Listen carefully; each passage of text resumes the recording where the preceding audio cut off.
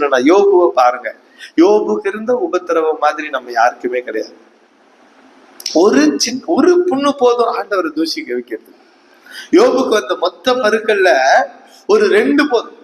தலையில ஒண்ணு, காலில் உச்சந்தலையில இருந்து உள்ளங்கால் வரைக்கும் அவருக்கு இருந்துச்சு. மொத்தமா வேணாங்க, ஒண்ணு தலையில ஒண்ணு காலில் கொடுங்க, போதும் போதும். ஏன் ஆண்டவரை நாலாம் உயிரோட இருக்கணும்?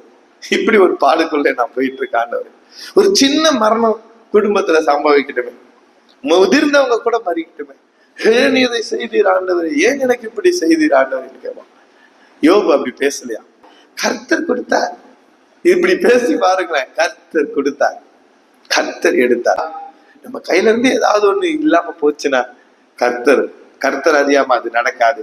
இப்படி பேசுகிறதுனால தேவன் பிரியப்படுவார். அவரை விசுவாசித்து அவர் அறியாம எதுவும் நடக்காது. நான் அவருக்கு பிரியமானதான் பேசுறேன்.